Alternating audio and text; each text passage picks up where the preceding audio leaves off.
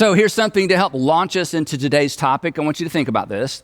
Your parents' behavior, think about this. Your parents' behavior, not their advice, determined whether or not you would want to be like them or even with them when you were old enough to choose for yourself. Think about that. It was your parents' behavior, not their advice, not even their parenting skills, that determined whether or not you want to be like them or with them. It was how they behaved toward you. It was how they behaved toward each other. It was what they did. It wasn't what they required.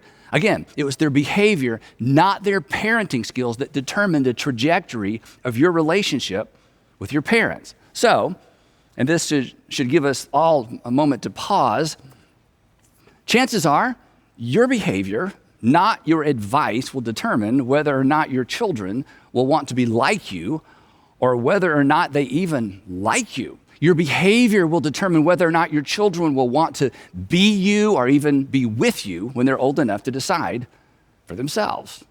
I mean, that's a little scary, isn't it? Similarly, in a similar way, your parents' behavior, think about this. Your parents' behavior determined how much respect you had or have for your parents. And respect, this is important, respect creates influence. If there's no respect, there's no influence. And odds are the same will be true with you and your children. If you want influence with your children later, and trust me, you will, you must maintain their respect now. And the way you maintain their respect is how you behave. More on that in just a bit. We are in part 2 of this series entitled Parenting in the 21st Century. So if you are a parent, if you're about to be a parent, you hope to be a parent, maybe you're helping another parent, or you're watching your own kids parent, this is for you. It's actually for anybody who feels the weight and the responsibility of equipping an infant, a child, a teenager, or a student for life. And those of us who are engaged really at any level in helping another human being grow up, recognize pretty quickly that just because we had a parent doesn't mean we know anything about being one. And just because we were a kid once doesn't mean we know anything about raising one, any more than having had a surgery once prepares you for surgery, right? Now, last week, we began by connecting what might be considered two very uncomfortable dots, the dots between marriage and parenting. We discussed the tension between what's real and what's ideal. Then we explored the way that Jesus navigated that tension. He never dumbed down the truth to make people feel better. He pointed to an ideal. He inspired people toward an ideal. But at the same time, he never turned down the grace when people fell short of the ideal. Oddly enough, the people who fell short of the ideal, they actually liked Jesus. They flocked to Jesus. They liked him even though they knew they were not really anything like him. And he liked them back. In fact, the only group Jesus didn't seem to like were those who held up the ideal but did nothing to help those who fell short of the ideal. In fact, on one occasion, a group of religious people came to Jesus and they said, Jesus, you hurt our feelings. You hurt our feelings. And Jesus wasn't having it. Here's what he said to them. He said, woe to you. You don't want to ever be on the other end of a woe to you from Jesus. He said, woe to you because you load people down with burdens they can hardly carry. And you yourselves will not lift one finger to help them. In other words, he was saying, you religious leaders, you weigh people down with the ideal, but you do nothing to help them navigate what's real, the realities of life. But Jesus was different. He pointed toward and he inspired toward an ideal while helping people navigate what was right there in front of them, what was so real. In fact, his sandals were firmly planted in what was real, but he continually pointed to the ideal. As we said last time, Jesus was all grace and he was all truth all the time. Now, if we're talking about parenting, and if you've read much of the Bible, you know that when it comes to good examples of family and when it comes to good examples of parenting, there are virtually none to be found in the Bible. In fact, when it comes to examples of real life family dysfunction, the Bible is actually your go-to source. It is full of family dysfunction. In fact, apparently even Jesus didn't get along with his own siblings. They thought he was crazy.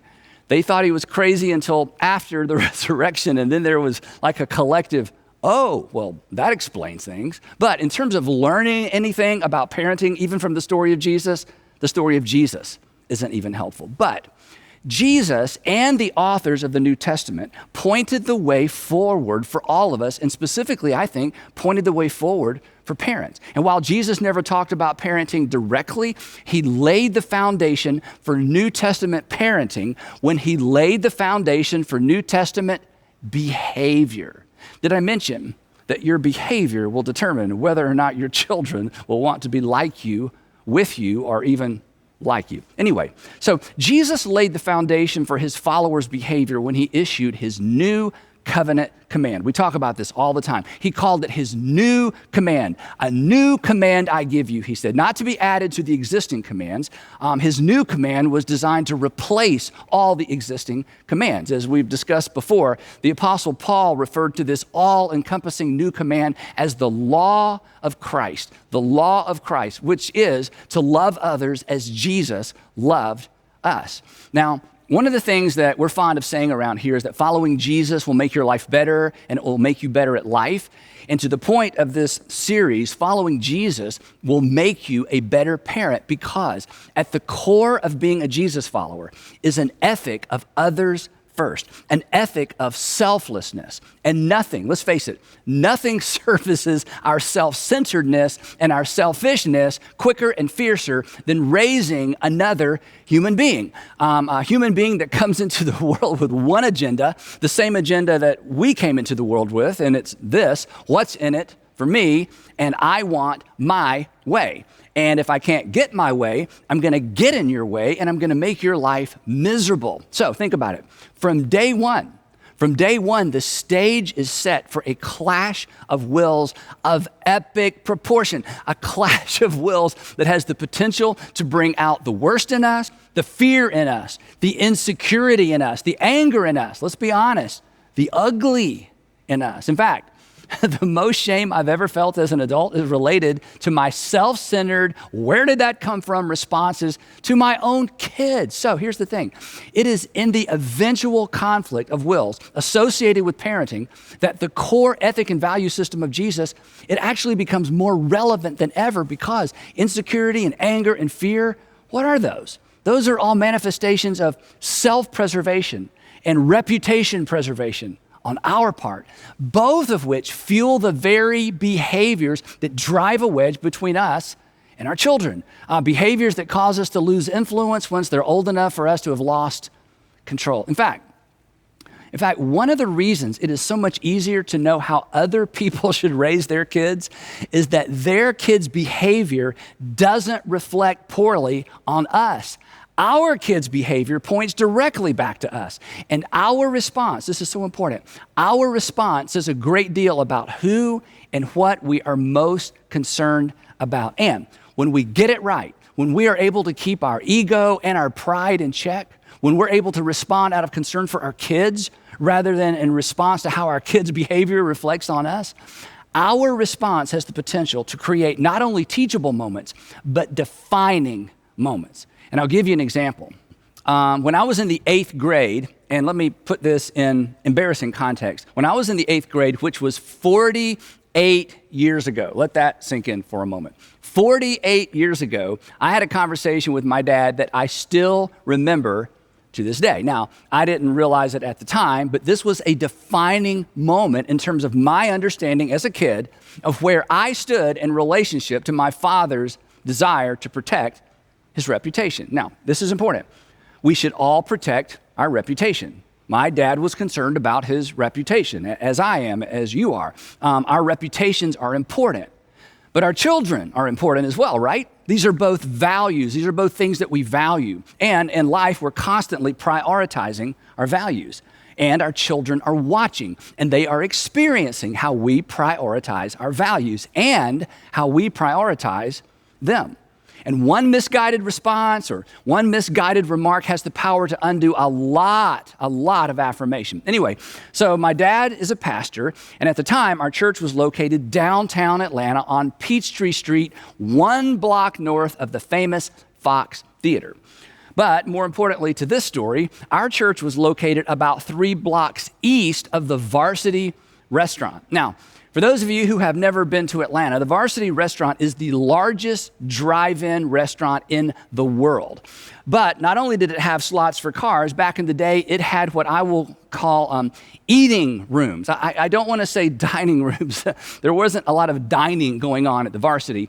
These eating rooms were basically full of plastic chairs all in a row, attached to plastic little tables, think, fifth grader desk, and they're all facing in the same direction toward a television hanging from the ceiling. Now, the Varsity was within walking distance of our church, so right after Sunday school, my best friend Louis Giglio and I would slip out the back, head out to the Varsity, order some food, find an empty eating room because most of them were empty on Sunday mornings, and then one of us would risk our lives standing up on the table attached to the chair to manually change the channel of the television to our church worship service, which was broadcast live on Channel 5. And then we would sit and talk and eat and pay just enough attention to the sermon to be able to comment on it intelligently on the ride home with our parents.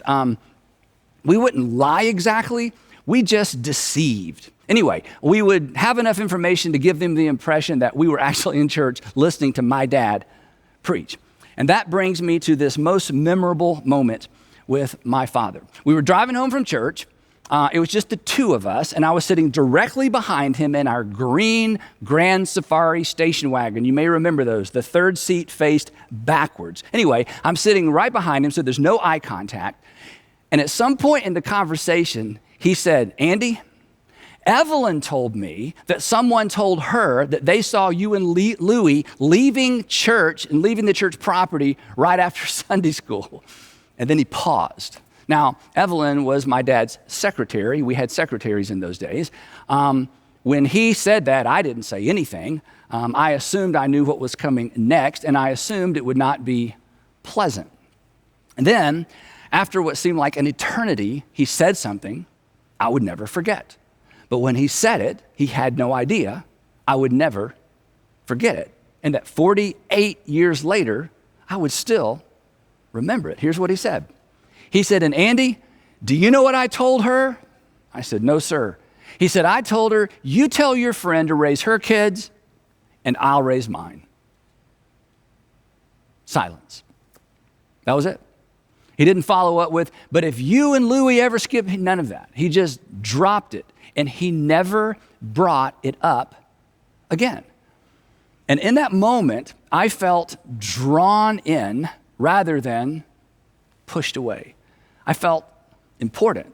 I felt like my dad sided with me rather than against me. And next week, I'm going to talk to you about how you can side with your kids when you're disciplining your kids, so don't miss next week. Now, I didn't have words for it then, but at a level that I probably couldn't even have understood as an 8th grader, on that day, I knew I was more important to my dad than his public reputation. His ego was in check. He put me first, and I felt it, and honestly, I still feel it. That was some really good parenting. And here's the interesting thing, and this won't surprise you. The next Sunday, Louie and I were on the second row. Now, here's the thing. A defining moment is better than a teachable moment. We love teachable moments as parents, but I'm telling you, a defining moment is better than a teachable moment. But they are so easy to miss when our ego is not in check, when our reputation is on the line. What we do and how we respond, how we behave when our ego is on the line, it leaves a mark for good or for bad. Now, before I get back to what Jesus had to say, one more little ancillary lesson that's related to this particular story. I mentioned that my dad in that moment, he put me first as in ahead of his reputation. But one thing he and my mom never did, they never put me in the center. My parents never allowed me or my sister to control the family dynamic by placing us in the center. And this is really important, and this is something a lot of parents miss, especially first-time parents. One of the best pieces of advice Sandra and I received early on was this. And again, when we heard this, we didn't even have kids. They said, you were already a family before you had children. You were already a family before you had children. Your children are simply a welcome addition to something that already exist. This is so important because let's face it, the gravitational pull is for the child or for our children to become the center of a family. And that is a mistake. They are welcome additions. Don't make them the main act. So back to where we started. As it turns out, the ruby red slippers of parenting, the secret of parenting, is actually embedded in Jesus' new covenant command. A command fueled by a value system of check your ego out the door, just like Jesus did. In fact, on that note, this is so interesting. The Apostle Paul says that Jesus, who was in very nature God, did not regard equality with God as something to be grasped or to be leveraged for his own benefit. So if he didn't, we shouldn't either. Clearly, Jesus kept his ego in check, and he had every excuse not to. He was God. But anyway, his is a system of others first, sacrificial love, tough love. If you hate me, so be it, love. I will not do anything for you if it's not good for you because I love you. But the challenge, as I've pointed out, is that when Jesus issued his new covenant command, he wasn't talking specifically to parents. But fortunately, the Apostle Paul comes along a few years later, and he gives us some handles, some specific application. Basically, his message was this: here's what the Jesus brand of love looks like in the real world, in real relationships. Here's how love behaves. Here's how love behaves under pressure. Here's how love behaves at home. Here's how love behaves when you're raising your children. Paul supplies his readers, he supplies us with handles in all of his letters. In fact, all of his one another statements that you'll find scattered around his letters: forgive one another, encourage one another, carry one another's burdens, submit to one another.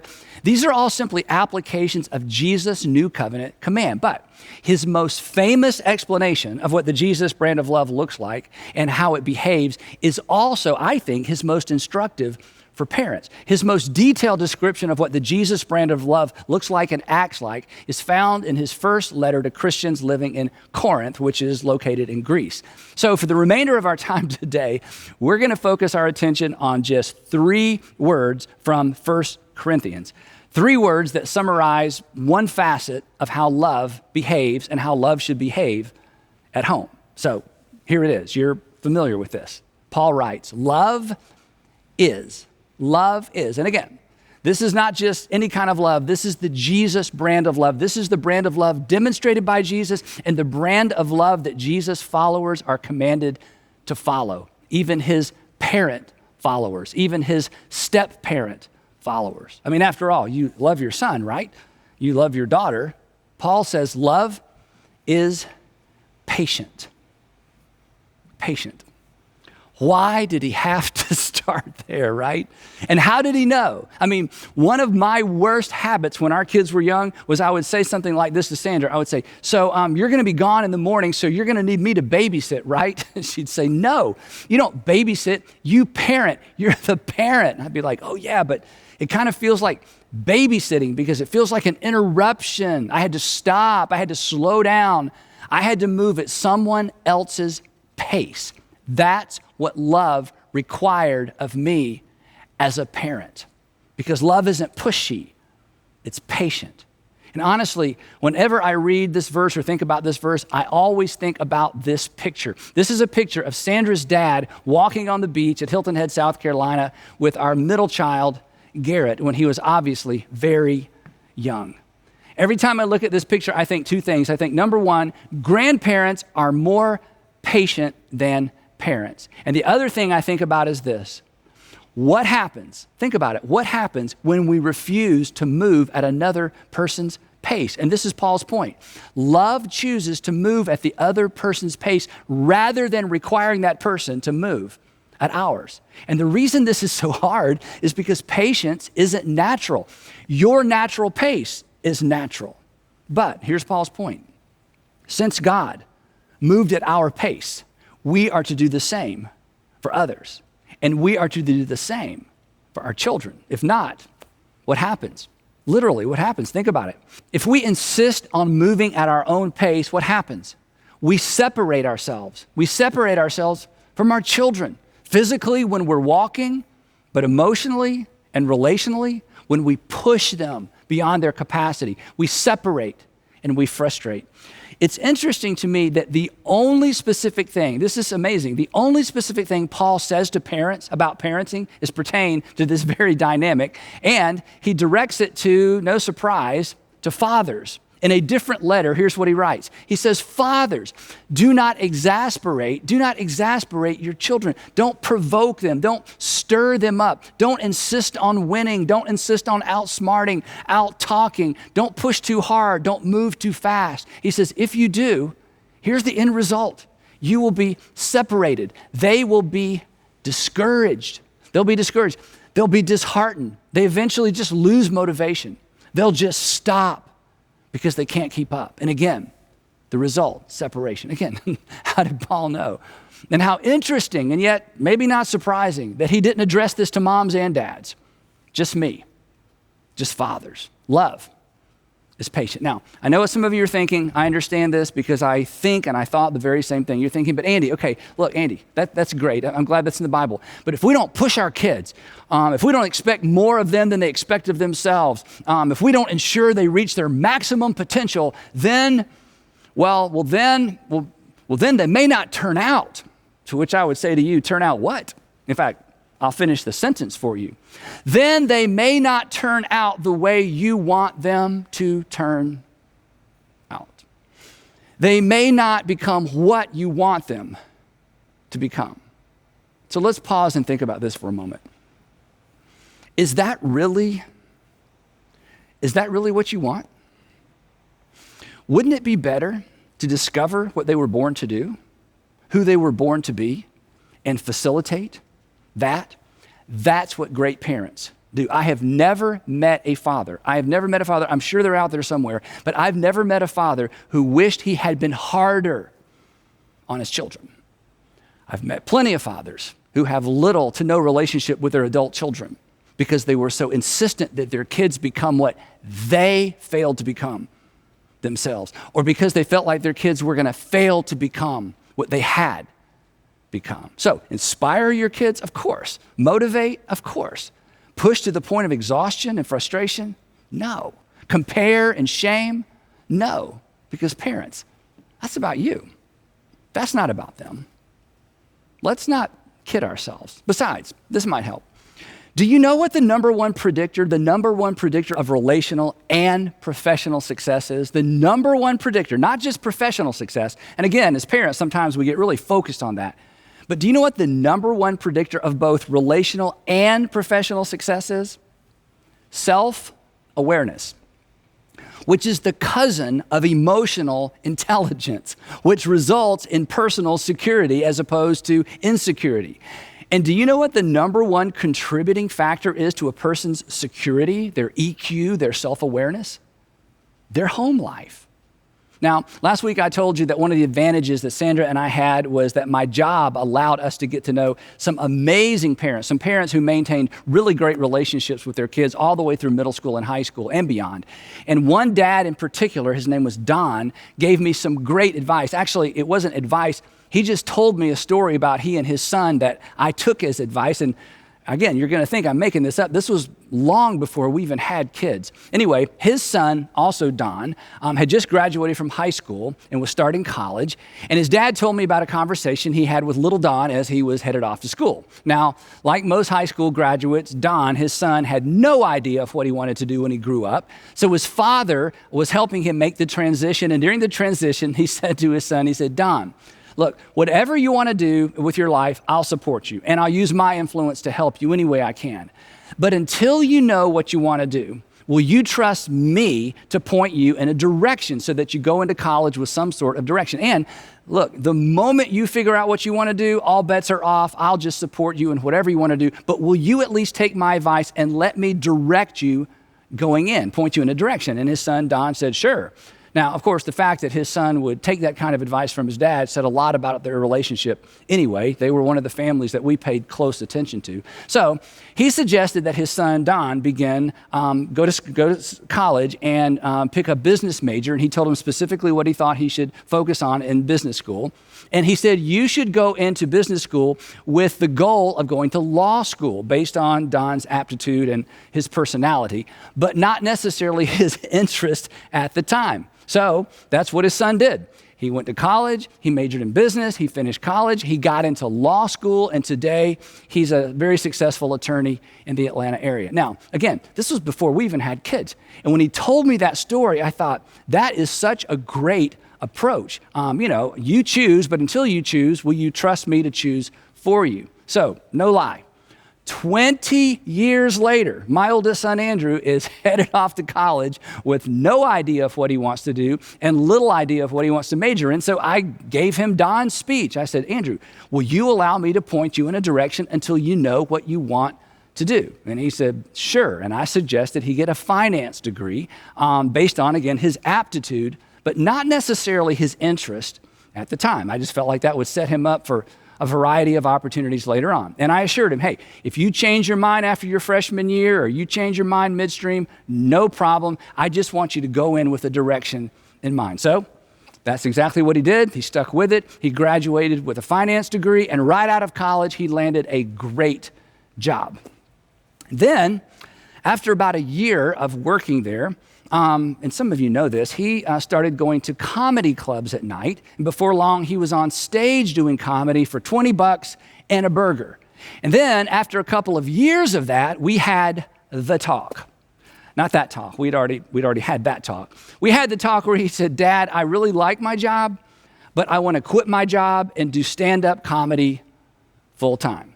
And I said, Andrew, I did not pay out-of-state tuition for 4 years so you could just throw it all away on some harebrained idea that isn't going to pay the bills. Besides, what are people going to think when they find out that my son... No, I didn't do that. Because my responsibility as his father isn't to decide what he does with his life. My responsibility is to put my weight behind what he decides to do with his life. It's his life. Besides, that was the deal.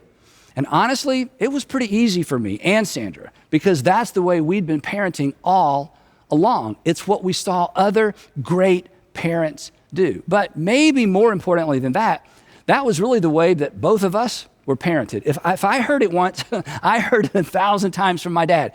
Andy, all I expect from you is that you do your best. All I expect is that you do your best. And did I always do my best? No. But I do now. Love is patient. Love is patient. Love is not pushy. Love does not exasperate. Love doesn't drive a wedge. Love doesn't allow ego and reputation to dictate the tone or the pace of the relationship.